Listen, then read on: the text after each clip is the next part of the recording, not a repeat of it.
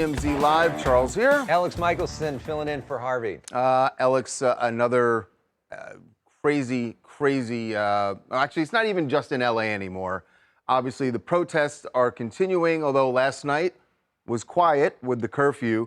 But protesters, I'm sure, will be back out there again today. Yeah, I mean, the big thing that most of our protesters have been in 1 square mile happening late at night. So Mayor Bass made the decision, let's focus on that 1 square mile and not let people be out late at night. And it seemed to work. A lot of people said maybe he could have done this a few days ago, right, but it seems to be working so far. Seemed to work. But the citizens of LA are, trust us, very on edge about all of this that's happening and about the deployment of troops and the ICE raids, regardless of which side of it you're on. Everybody has an opinion, and I'm not saying this in a laughing tone, because you may look at it and go, Kim Kardashian is a reality star, who cares what she thinks?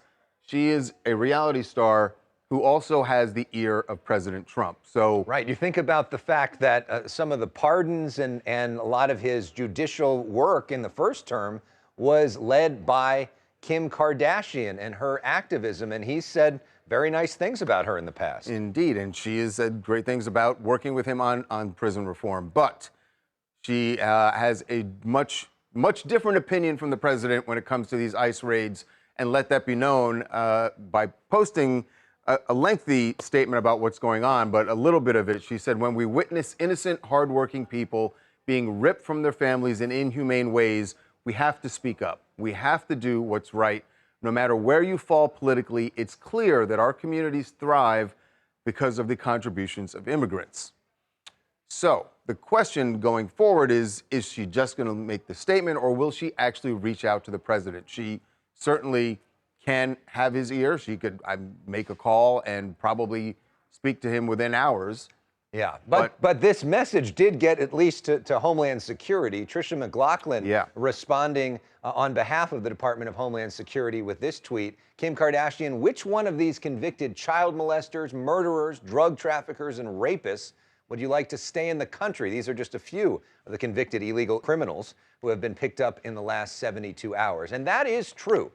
We do know that they are targeting people who are criminals. Now, what's interesting, though, Tom Homan has talked about that if other folks happen to be nearby, we're going to pick them up. We're going to pick them up, too. So at the heart of all of this, obviously, everyone around the country is seeing the images of what's happening in LA. And by the way, the protests are now in other cities. So New York had a big protest. New York had a huge one, Chicago, Boston, lots of cities where the protests are going on. LA, obviously, the one where there's been the most headlines.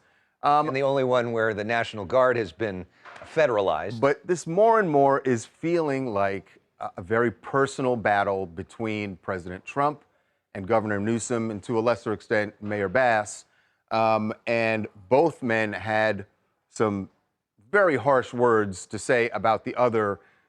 And that's why I'm saying that this is starting to feel like it's just personal, and the rest of us are sort of caught in the crossfire.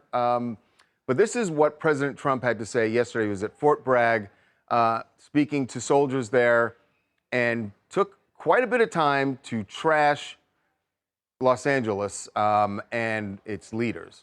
Within the span of a few decades, Los Angeles has gone from being one of the cleanest, safest, and most beautiful cities on earth to being a trash heap with entire neighborhoods under the control of transnational gangs and criminal networks. It's horrible what's happened so quickly. Very simply, we will liberate Los Angeles and make it free, clean, and safe again. It's happening very quickly. We didn't do this. Los Angeles would burn. It would be burning to the ground right now, just like the houses burned to the ground just a few months ago. And the only flag that will wave triumphant over the streets of Los Angeles is the American flag. So help me God. I mean, there's probably going to be some Dodger and Laker flags, too. But yes. The broader point, though, but also, the image. What a distasteful reference to the tragedy of the fires in January. And the optics of doing this in front of the military while you are sending in the military against the wishes of the governor is quite a moment in American history. And to literally have them standing behind him like the folks would be at one of his rallies it is quite a moment. So meanwhile, Governor Newsom is responding. He said to everybody, we're going to have this major address, put it out to all the different TV stations. Please take this live. And they put out an address that didn't have audio for 4 minutes. Yeah, the audio, the rollout was not clean. Which was embarrassing. Once they actually got the audio right, what he said essentially is that he called out President Trump and said that what he's doing in California is just the start. And he was talking about sounding the alarm, said, this is something that the president plans to do in other states. Right. Don't think that it's just California. Your state could be next. This felt very much like a national address for somebody who might be interested in running for president, sending a message to other states, not just about California. So is this just a personal battle? Is this just a pissing match between two leaders? Joining us now to discuss that is Michael Knowles, of course, from the Michael Knowles Show and the Daily Wire. And Michael, welcome back to TMZ Live. We said it last week that, gosh, there's nothing going on to talk about. This week, it has actually gotten more intense. What do you make of this, of the troops being deployed in Los Angeles, and while this is all going back and forth between Trump and Newsom? So I'm going to say something nice about Gavin Newsom. That speech that was on TV, that was the best speech Gavin Newsom has ever given, at least about 4 minutes of it. I thought that first 4 minutes were really great. It went downhill when the sound was put in there. No, I don't think this is just a personal fight between two guys. Obviously, Newsom does want to run for president. I don't think that the comments from Trump on the houses burning down, I don't think they were distasteful, because Trump actually warned Newsom about the risk of fires in LA. What was it, 6, 7 years ago? Said, if you don't deal with your brush, if you don't stop diverting water into the Pacific Ocean, you're going to have a massive fire problem. Newsom didn't listen, so he bears a lot of responsibility for that. He's been a terrible governor, and so, yeah, the federal government's got to come in now when you got cop cars being lit on fire, when you got cops being assaulted. Los Angeles is not on fire. You know that. Parts of downtown Los Angeles are on fire. Are you telling me right now that I should not believe my lying eyes when I look at the pictures of multiple cop cars on fire, of an illegal alien arrested for throwing a Molotov cocktail at a cop, trying to murder a cop? I don't know. I see a lot of fire in those pictures. And all that is awful, and all that is in a 5, 6, 7 square block radius. Right? So all right, well, look, I hope that Mayor Bass and Governor Newsom can control that. Is disingenuous, and the president knows it, and you know it also, but that's the message that you want to put out to the world. Guys, I don't care if it's a 1 square mile radius or a 10 square mile radius or a 100 square mile radius. If you have gangs of foreign nationals running around your country, throwing Molotov cocktails to kill cops and waving the flag of a foreign nation, I think the federal government has an interest in putting that down. Right now, we have seen a crackdown on that by the police. The local police are the ones who established a curfew. The local police are the people that are arresting these folks. The National Guard are protecting one building, which is great, or a few different federal buildings, but not really the ones that are going after these folks. Is it necessary to have the National Guard and potentially the Marines when we still don't even know what the Marines are going to be doing? Yeah, Alex, I think you're actually helping to make my point in defense of Trump's relative restraint here. Had Mayor Bass and Governor Newsom taken care of this on day 1, day 2, day 3, Trump would not have needed to federalize the National Guard and activate the Marines. But there are federal properties there that need to be protected. As you point out, he's allowing the LAPD finally to get some control over the situation. But Trump does need to come in, especially when you're dealing with a federal issue, which is immigration. I mean, guys, don't forget, whatever Kim Kardashian is babbling about, President Trump won the popular vote on a program of mass deportations. And what's funny is Trump has been restrained in the deportations. There's an estimated 11 to 16 million illegal aliens in the country. At this rate, President Trump, by the end of his term, might deport, I don't know, 400,000, probably tops. So he's been very restrained here. And even that is impelling the left to go out and wave, notice, not really the American flag, they're waving the Mexican flag, and they're assaulting cops. I think that's going to give Republicans even more of the popular vote next time. What Trump is doing is popular, and it's popular because it's right. It's also not gross, inflammatory statement to say that all liberal people in California and LA are waving the Mexican flag. No, the rioters. That's the rioters, but those are people on the left. They're also wearing Palestinian keffiyehs for some reason. You've got Antifa, people wearing ACAB, all cops are bad. So these are miscreants, you know. You find a handful of American flags in there, which was smart of them, but the vast majority of flags, you can see it in the video you're playing, the vast majority are the flags of a foreign nation. That is not good optics for Democrats. It's not. It's not. Agreed. So one thing, Michael, let's assume that the president is right and the Guard needed to be federalized, and even some military forces needed to be prepared to come into LA. Does the number of troops not alarm you? I mean, even if you say that, even if you did say, even if you did say you needed some troops to protect federal buildings, 4,000 National Guardsmen and also 700 Marines. Michael, in your lifetime, do you remember Marines ever being deployed anywhere on U.S. soil? No, but first of all, only in the last 3-4 years have we had 3 million illegal aliens coming into the country. So we have a major problem here. And I guess you have to ask yourself, what would be the purpose of deploying troops, not just the National Guard, but even U.S. Marines? Well, the purpose would be if the United States is facing something akin to an invasion. And that's a word, it's a provocative word that's been used to describe illegal immigration. But if you're looking now with the highest foreign-born percentage of the population ever, a huge disproportionate amount of that is illegal. You have those people marching in the streets, waving the flag of a foreign nation, attacking U.S. police, and throwing Molotov cocktails and creating disturbances. I don't know. If that situation doesn't call for a U.S. military response, I don't know what does. Would you be cool if a Democratic president did this in a Republican state, like where you now live? No, we talked on our show, the issue is for years about how you left California because you didn't like the leadership of Gavin Newsom. You're now in Tennessee because you believe in states' rights. If all of a sudden President Gavin Newsom, I know what a concept, please. Right? Decides to send in the troops to Tennessee because he disagrees with your governor, would you like that? Well, it's not just that he would be doing it because he disagrees with my governor. It would be if my governor were violating federal law and really basic aspects of federal law, like who gets to come in here and use American services and obtain birthright citizenship for his kids and transform the electorate. That's really why President Trump has to have the federal government get involved here, because what Governor Newsom is doing is violating federal law in an egregious way that the American people, including those voting in the popular vote, were able to reject back in November. So that's the issue here. If it were just Mussolini trying to chase me all the way to Tennessee, where I'm getting low taxes and free air and trying to bother me for smoking cigars or owning guns or something, that would be a different issue. But here, you've got a major national issue going on after an election. I don't know.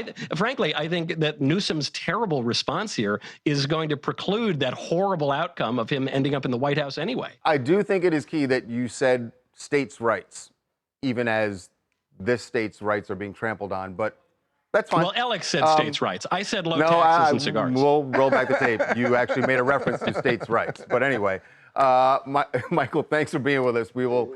So I don't know what next week's going to hold. Yeah. But it's fun to see you guys. I don't know. Nuclear apocalypse? Yeah. Looking forward to see you here on TMZ. Thanks. See you guys. Woo! The things that the president said about Los Angeles, to say that this city is just a trash heap and that it's being run by criminals is just. We're going to take a break.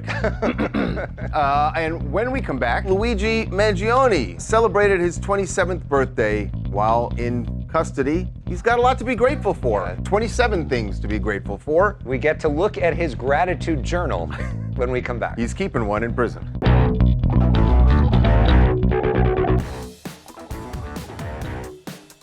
Luigi Mangione sitting in jail in New York City and Brooklyn MDC, waiting for his trial, and turned 27 last month. And he's got plenty of time to think about it. Apparently, because he put together a list of the 27 things he is grateful for. And that list made its way onto the internet last night. It is a very interesting, you just wonder what he's thinking while he's in there. Remember, the federal government has said that they intend to go for the death penalty in this case.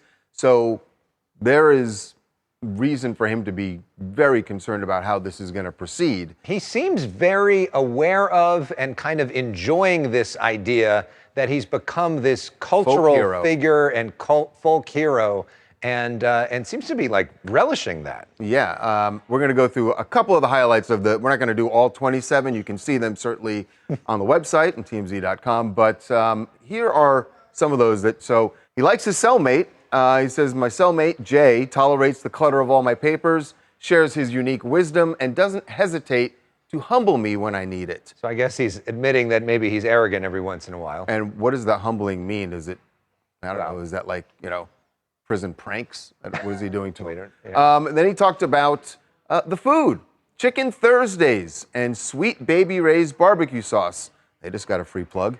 Yeah. Although I'm not sure he's the best. I don't know. He's got quite a fan base. Sorry, vegans. It's the realest food here, and I need my strength. He's got to play to his vegan base too. This has become like a bit of a politics thing. It's almost like he is. You're right. He is very aware of the fact that he is this celebrity now, despite the fact what he is standing trial for. Or maybe because of what he's standing trial for. I think he knows that, and he's leaning into it.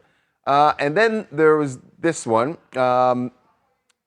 Because obviously he knows he needs legal defense. He said, I got to thank the 30,000 individuals who have come together to donate over $1 million to my legal fund, enabling me to retain a world-class defense team across 3 concurrent prosecutions. $1 million, nothing to sneeze at.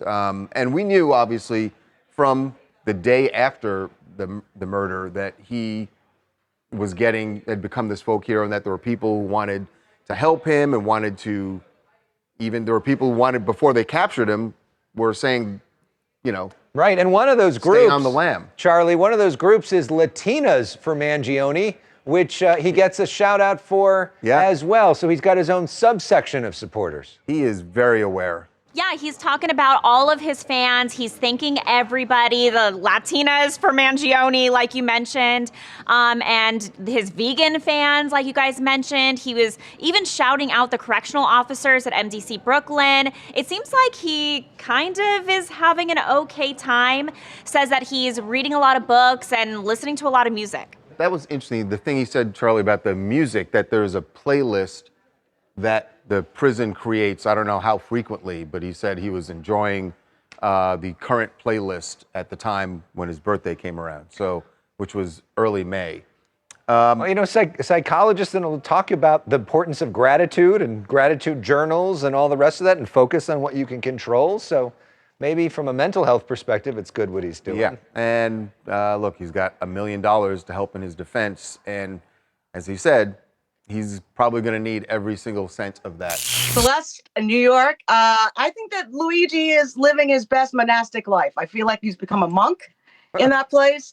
He's thanking the guards, but the people in the mailroom. Who thanks vegans? His cellie, everyone. He's almost like Mr. Rogers. He's already got the sweater. He's handing out books. So I think he is enjoying himself.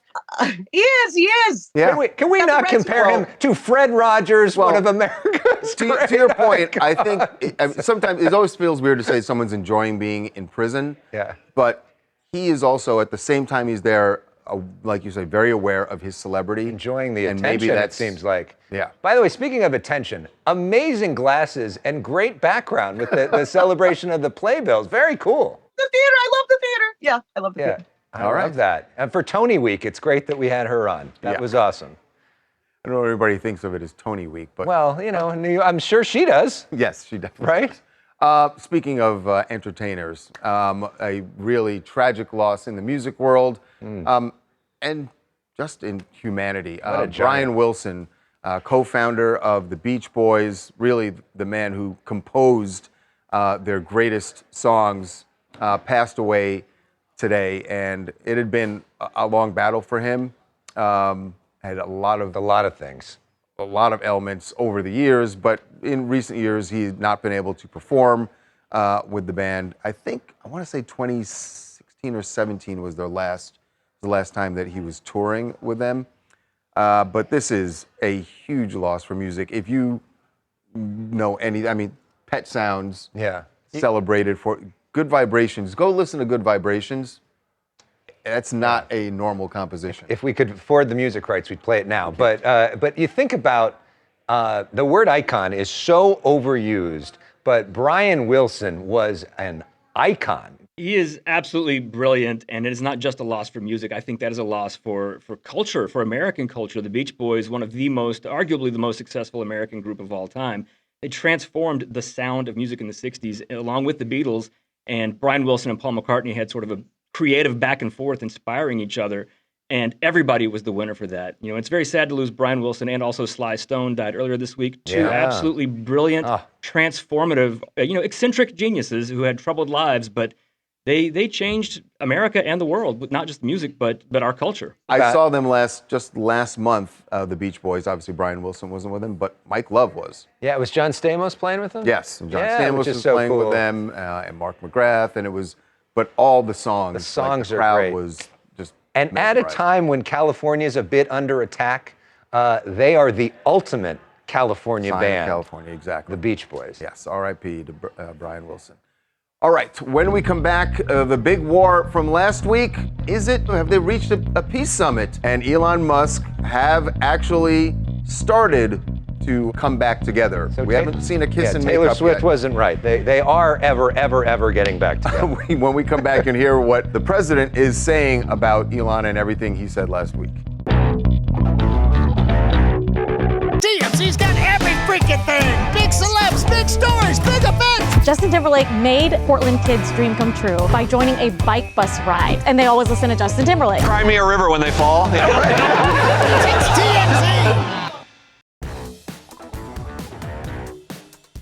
Elon Musk sounding a lot like Frank Sinatra today, referring to his big blowout war of words with Donald Trump that started last week with Elon first going off about the spending bill, saying it's going to destroy America, and then dropping the bomb, as he said it, accusing, without any evidence, President Trump of being on the Epstein in the Epstein files. So Elon this morning was waving the white flag. He posted early this morning, "I regret some of my posts about President Trump last week. They went too far." I wonder which one he's talking about. Well, the one that's deleted. Yeah, the one he deleted, exactly. Epstein files. And now, just like the Epstein files, we have no idea what's right, the real like deal that is Epstein there. tweet is gone, and there's some news about why it's gone. But first, we've got to play for you whether or not President Trump. Here's a clip of him on a podcast on Podforce One, talking about whether or not he could actually forgive Elon. What happened with Elon? Is there anything that you can do to forgive him? Could you see that happening? Well, I have no hard feelings. I was really surprised that happened. He went after a bill that's phenomenal. It's the best thing we've ever signed in this country. And that's phase one. Phase two, phase three, all of a sudden is, it all comes together. It's coming together so well. And when he did that, I was not a happy camper. I was disappointed in him. But, it is what it is. That happens. Things like that happen. I don't blame him for anything. That I was a little disappointed. Could you reconcile? Say it? Could you reconcile with him, do you think? Could you forgive him? I guess I could, but, we have to straighten out the country. I don't know when that interview was actually recorded. Yeah. But seems like they'd already, certainly before today, spoken to each other. We know that Elon has a terrible relationship with his abusive father. And some people have thought that he kind of views President Trump almost like a surrogate father.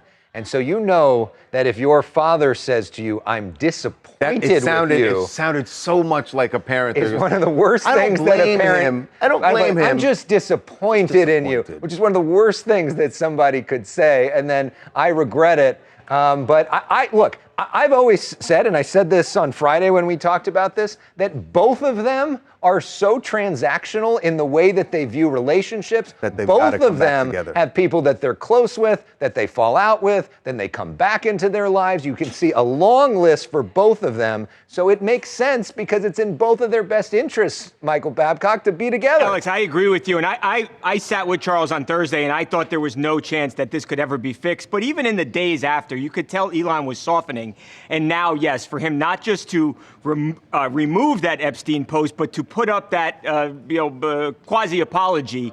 And now there is a New York Times report that Elon Musk and Donald Trump spoke on the phone Monday night before Elon then posted that apology.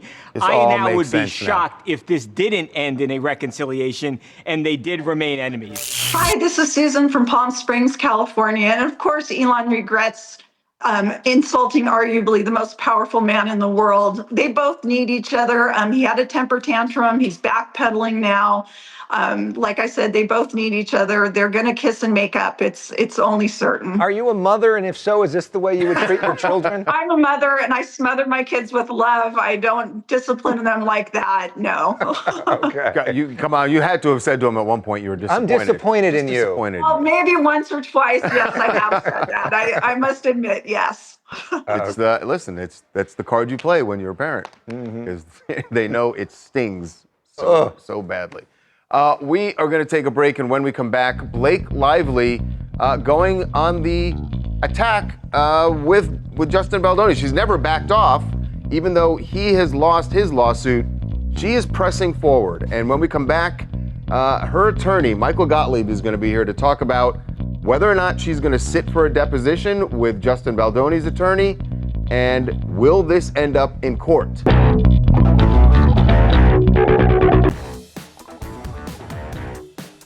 Welcome back to TMZ Live, the battle between Blake Lively and Justin Baldoni. Earlier this week, it certainly seemed like it was over when a judge dismissed most of, and certainly the biggest of Justin Baldoni's claims against Blake Lively, saying there was no foundation here for defamation, and that was dismissed with prejudice. He can't refile that.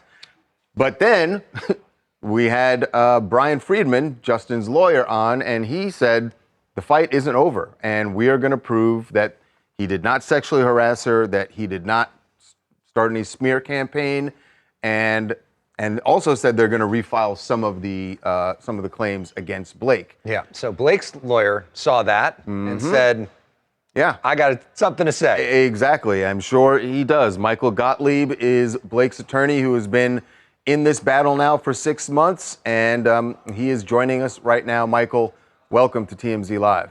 Hey, thanks a lot for having me. Thanks for being here. Your response to Brian Friedman saying this battle isn't over, it certainly, to some, felt like Blake had won, at least as far as Justin's claims against her, but Brian Friedman saying that's not the case. Well, my client feels vindicated. This decision this week validates what she has been saying since the day these retaliatory lawsuits were filed against her, that we've said from the start these were meritless, sham claims that were designed to distract from Ms. Lively's claims of sexual harassment and retaliation that she faced. And those claims, of course, were staying in the case. But we've said since the day these claims were filed back in January by the Wayfair parties that they were designed to distract from the retaliation campaign that they launched and the overwhelming evidence of that occurs in their own words. They said they would bury Ms. Lively with the social manipulation campaign, that they planned to be untraceable, but it turns out that it wasn't. And I think it's important to recognize what it means to lose your case at the motion to dismiss stage. I mean, when Justin Baldoni and the Wayfair parties filed this lawsuit, their lawyer went all over in the press saying that it was based on undeniable facts and documentary evidence that crushed Ms. Lively's false allegations. And the court essentially says, I'm going to accept everything you've said in your hundreds of pages of pleadings as true. But even accepting that all of that is true for the purposes of resolving this motion, nothing you have said constitutes a legally viable claim. It's all meritless. Despite all the bluster, despite all the hundreds of pages of filings, all of the claims, all of these so-called receipts add up to nothing but noise. It has all been dismissed from the case. So Brian Friedman told us yesterday that he hopes that you all go forward with your cases against Justin because he wants the opportunity to depose Blake in June. Is all that still moving forward, and do we expect a deposition in June? We are happy to oblige him with going forward with our case. The notion that we wouldn't go forward with this case is preposterous, as much of what the Wayfair party's lawyer said the other day. Of course, Ms. Lively is going to go forward with her claims. One of the things she said when this decision came out is that she is more determined than ever to take this case to trial to prove her claims of sexual harassment and retaliation, not just for herself, but for all of the women out there.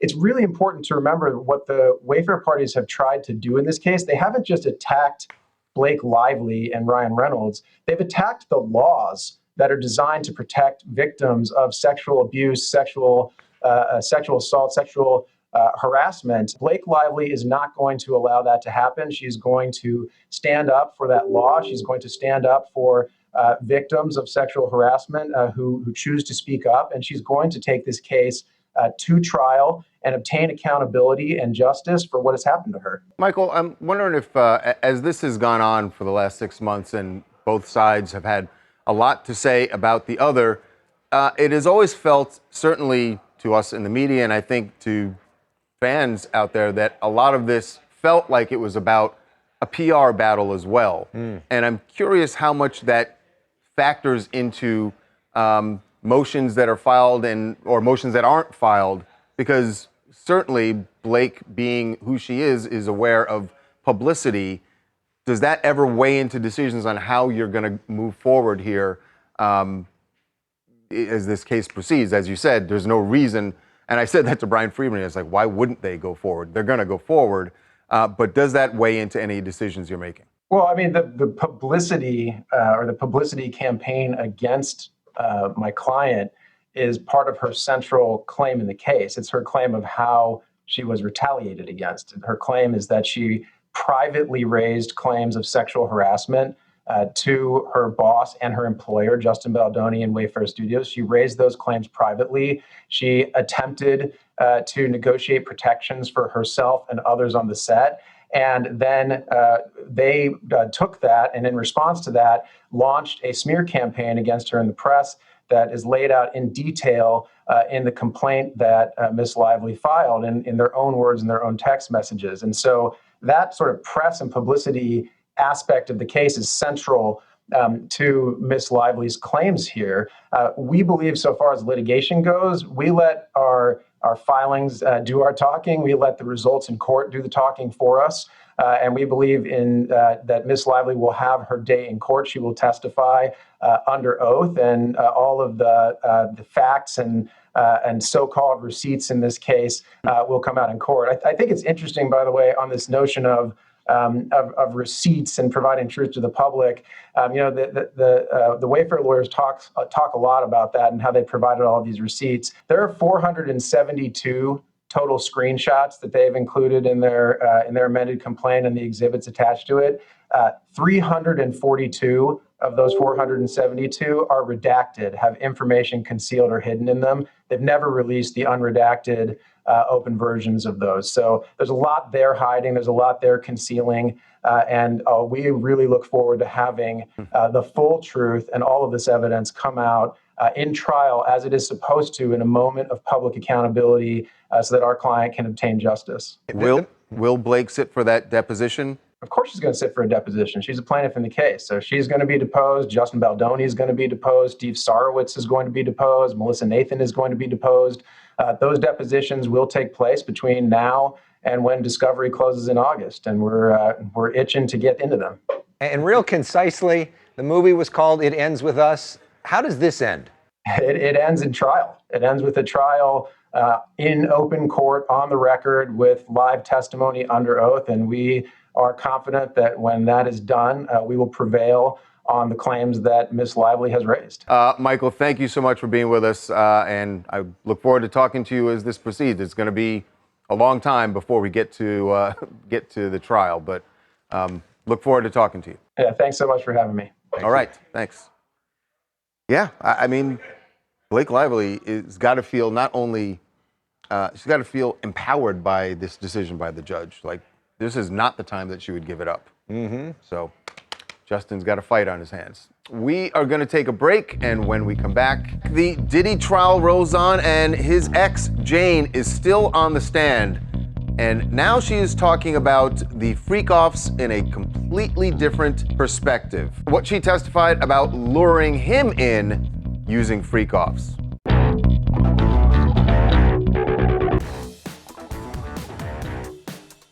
Diddy and Diddy's ex, Jane, the pseudonym under which she is testifying, is still on the stand. This is now her third day, I believe, on the stand. Yeah. She's under cross-examination, and I got to say that at this point, Diddy's defense team is doing a pretty good job of making it seem, of painting a different picture, that she was not forced into these freak-offs or hotel nights, as she has been calling them. And in fact, today, under cross-examination, she admitted that at times she would use the freak-offs as a way to get Diddy back in to spend time with her because she was jealous seeing him dating other people. Diddy's attorneys have been very effective on cross in setting up Jane's testimony about the freak-offs as a bit of a two-way street, that she did have some autonomy. She testified about using them as leverage in this way. He was sort of on a trip with Young Miami, and she was jealous. She wanted more of his attention and affection, and she would dangle a freak-off with her as a means of luring him back to her early and leaving his trip with Young Miami. And this is now establishing that if there was coercion, maybe it was a bit of a two-way street. I'm not sure it's quite a true equivalency if he's coercing her in sort of more violent ways or more pressure and threatening about sex tapes, but it does show that she had a degree of autonomy in this relationship. And she apparently had a freedom of choice, at least in terms of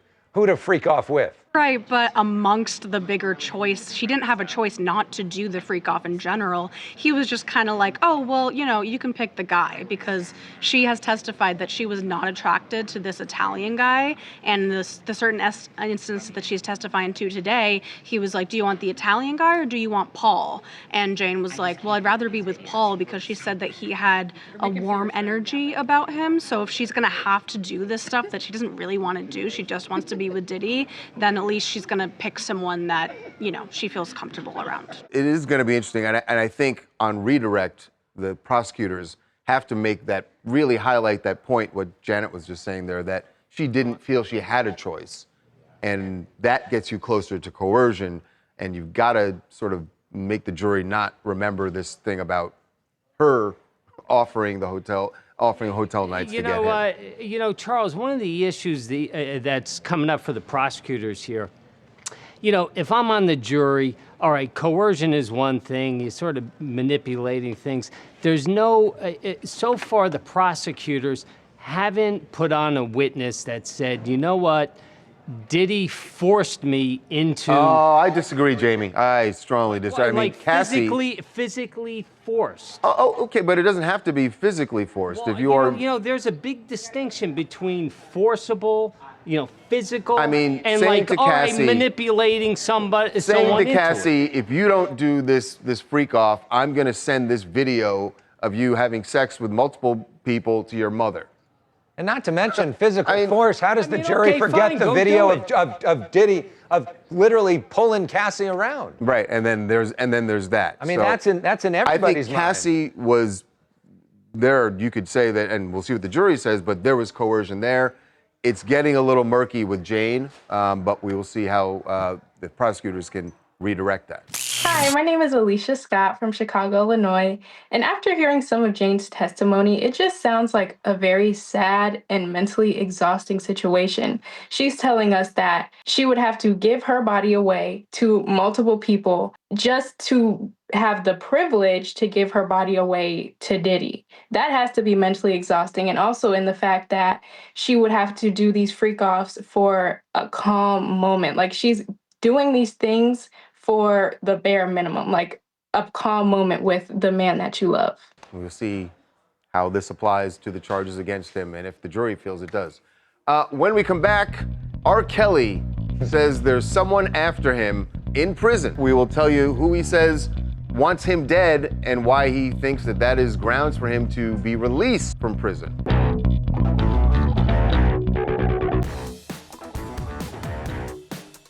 All right, are you ready for the headline of the day? Let's do it. R. Kelly, help.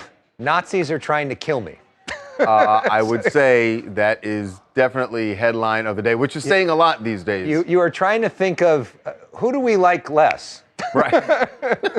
R. Kelly seems to think that pedophile or the Nazi. He seems to think the Nazis Devin, this is are worse. Kind of complicated. This idea of like a murder for hire behind bars. Yeah, at least that's what R. Kelly's attorneys are saying. Basically, what they're being told is that there's an Aryan Brotherhood gang member in prison with R. Kelly that was hired by authorities to have him killed.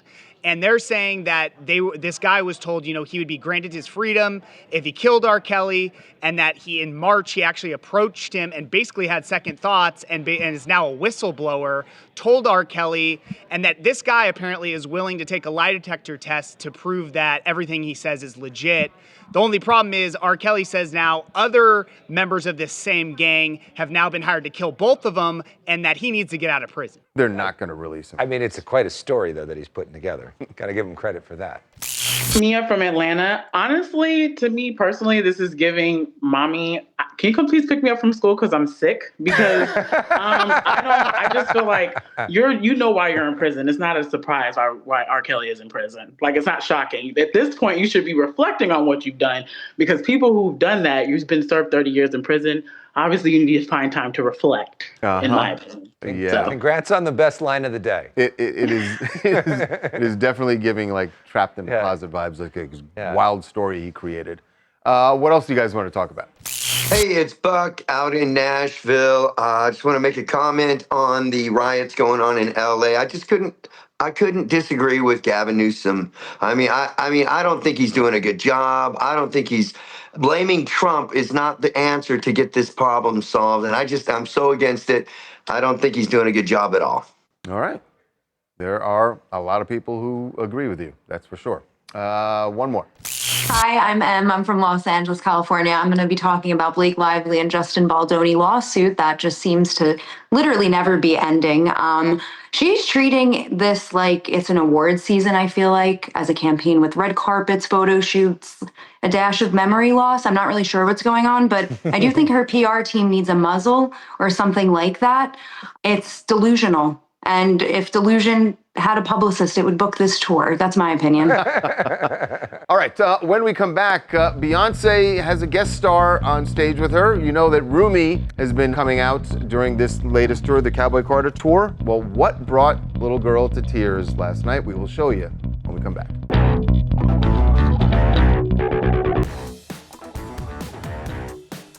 Very emotional moment for Beyonce and family on stage last night in London, where she is continuing her Cowboy Carter tour. We showed you know that Rumi, who's 7, has been joining Beyonce and her big sis Blue on stage. But last night, she had a different reaction to this ovation. Just broke down.